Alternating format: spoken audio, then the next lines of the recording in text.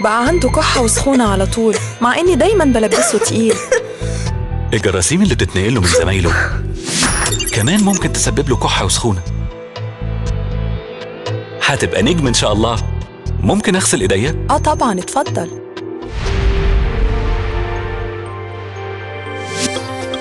دلوقتي لايف بوي هيحميه كل يوم. صابونة لايف بوي الجديدة بالقوة الإضافية بيدي 100% حماية أفضل من الجراثيم، بتدوم ساعات بعد الاستحمام.